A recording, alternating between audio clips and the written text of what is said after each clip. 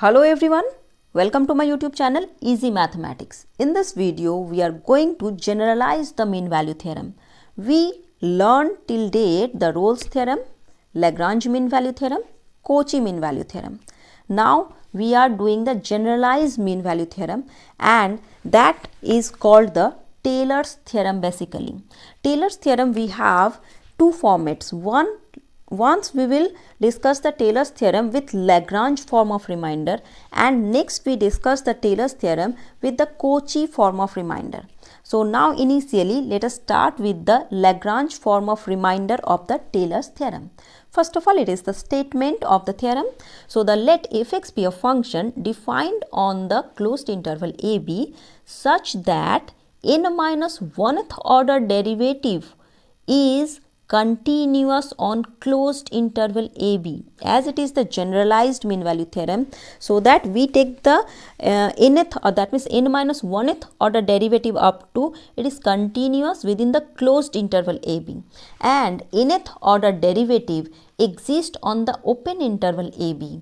If it is so, that means if these two conditions will satisfy, then there exists at least one value c lies in between a and b such that f of b is equals to f of a plus b minus a f dash a plus 1 by 2 factorial, then it is b minus a its whole square f double derivative of a. In this way it will continue, and these are the last two terms. The previous to the last term is 1 by n minus 1 factorial into b minus a to the power n minus 1 into n minus 1th order derivative at the point a plus 1 by n factorial b minus a to the power n, and it is the nth order derivative at the point c. C lies in between a and b. Just look, if we just omit all those, only this portion if we consider, then this is nothing but the Lagrange mean value theorem. Is it now? Anyways, so here you just note that the interval is right now it is a comma b. If we change the interval, then we will find out this theorem in different forms. So let us start to verify the different forms of the Taylor's theorem. First of all, we just change the interval from a comma b to a comma a plus h. Then what will be the change in the above formula? So simply instead of b we substitute a plus h. So if we do so, then we will find out here instead of b we substitute a plus h, so that it is f of a plus h is equals to f of a, then plus here h, because b is equals to a plus h minus a means a cancel out, so only h will be left. So h into f dash a plus h square by 2 factorial f double dash a.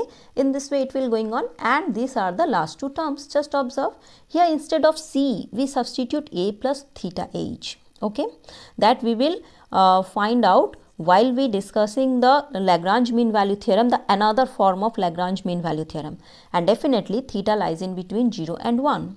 So the last term of the above is called the remainder after n terms, and it is denoted by Rn. This term is denoted by Rn. So this is your Rn. Okay, where theta is lies in between 0 and 1. This is called the Lagrange form of remainder. Now it is the Cauchy form of remainder. So what is the Cauchy form of remainder? That is, we will just have the same thing, that is the real valued function f(x) is given such that the n-1th order derivative is continuous within the interval a comma a plus h. We continue with this interval only. Its nth order derivative exists in the open interval a comma a plus h. Then there exists one number theta, where theta lies in between 0 and 1, such that we will find out this formula. Here just look, everything will be same, only change is in the last term. Here the last term is h to the power n into 1 minus theta to the power n minus 1 by n minus 1 factorial, and it is f to the power n a plus theta h. So this last term is called the remainder, and this is called the remainder after n term, and it is the Cauchy form of remainder. If you want to prove this Cauchy form of remainder and the Lagrange form of remainder of the Taylor's theorem, then this proof, if you want this, then you just write in the comment section that you require the proof of these two, then I will give another video for this too. Otherwise, the proofs are available in any standard book. Anyways, here few things should be noted. What the things are? First of all, the interval becomes a comma x. That means initially we have started from the interval a comma b. Now we change the interval to a comma a plus h. Instead of b, if we write x, then this Taylor's expansion becomes, instead of b we just substitute x, so that it becomes f of x is equals to f of a plus x minus a f dash a. In this way it will continue. Just instead of b substitute x and we will find out here this one.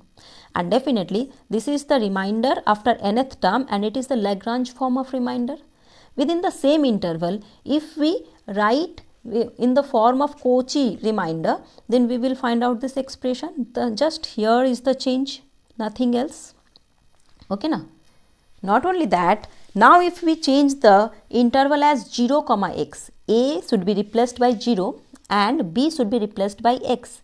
Then we will get this expression. Just look, f of x is equals to f0 plus x into f dash 0 plus x square by 2 factorial f double dash 0. In this way it will going on, and the this term is x to the power n minus 1 by n minus 1 factorial, f to the power it is here n minus 1 0 at the point 0, and plus the last term is x to the power n by n factorial f to the power n theta x. This is the Lagrange form of remainder.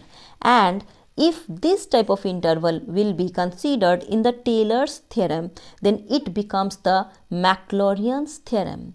So Maclaurin's theorem is nothing very special thing, but it is just the change of interval in the Taylor's theorem. Then we will find out the Maclaurin's theorem.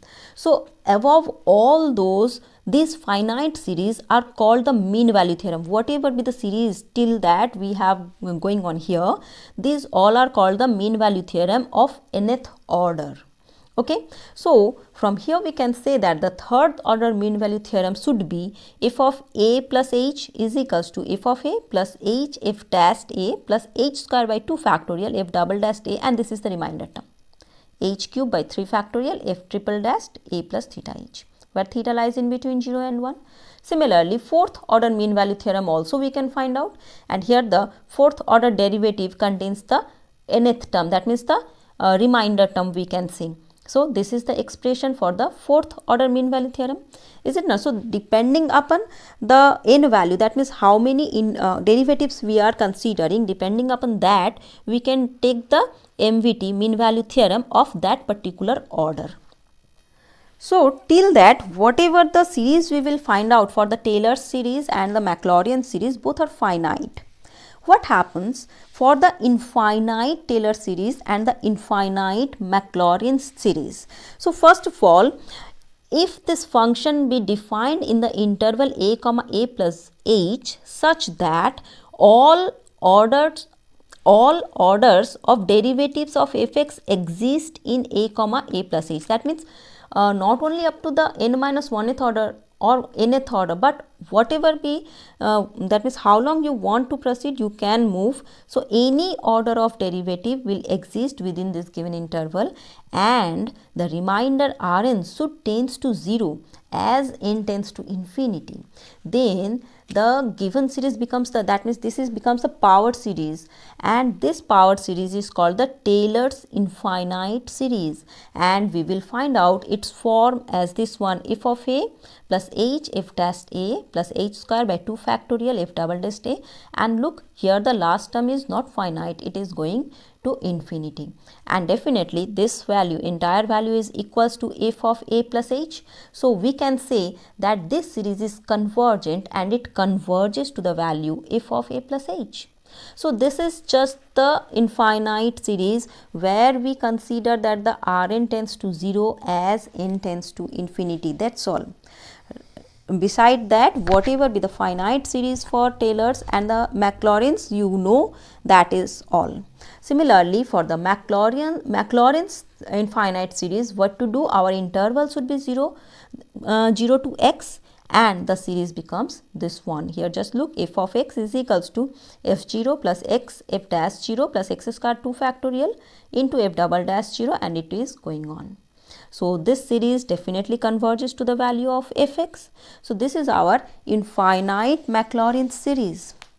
So I hope you understand the finite and infinite Taylor series and the Maclaurin series. So its application for, I am going to prepare another video. Just keep watching to my next upcoming video, where you will find out the example related to the finite and infinite Taylor's and Maclaurin series. So thank you all. Have a nice day.